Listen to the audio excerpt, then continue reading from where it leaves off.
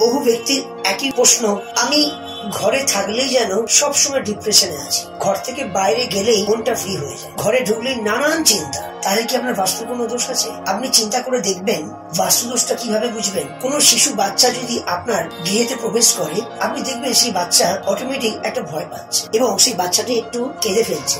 আপনিও দেখবেন ঘরের বাইরে মন ফ্রি, কোথাও ঘুরতে যাচ্ছেন আর আসার দিকে বাড়ির দিকে মুভ করতে ইচ্ছা করছে না, বাড়ি যেতে ইচ্ছাই করছে না, আবার সেই চিন্তা। তার মানে 100% আপনার বাড়ির মধ্যে কিছু না কিছু একটা নেগেটিভ দোষ আছে। তো আপনি কোথায় যাবেন? কোন জ্যোতিষীর কাছে গেলে প্রচুর টাকার ব্যাপার। এই তারামা জেমস হাউস তরফ থেকে আমি একটা ছোট্ট টোটকা দিচ্ছি, আপনি করে দেখুন, 100% ফল পাবেন। তারপর তারামা আপনার পাশে আছেই। তারামা জেমস হাউস আপনার পাশে 24 ঘন্টা আছে। আমি একটা ছোট টোটকা দিচ্ছি, কিচ্ছু না। আপনি প্রতিদিন ঘর থেকে, বারান্দা থেকে, আপনার ডাইনিং থেকে, ব্যালকনি থেকে, আপনার যতটুকু আপনাদের জায়গা আছে, সেই প্রতিটা জায়গাতে একটু গোলাপ জল আর একটু গোবর, যাকে বলে গোমূত্র, গরুর গোমূত্র আর একটু সিন্ধুক লবণ একসাথে পাঞ্চ করে এভরিডে, প্রতিদিন আপনারা ঘর, বারান্দা সবকিছু আপনি ওটাকে ওয়াশ করুন, মানে পরিষ্কার করুন এবং এইটাই দিয়ে আপনারা স্নান করুন। একটু জল, বেশি চাই না, 2 চামচ 3 চামচ জলে দিন, দিয়ে স্নান করুন। আর 1 চামচ 2 চামচ কি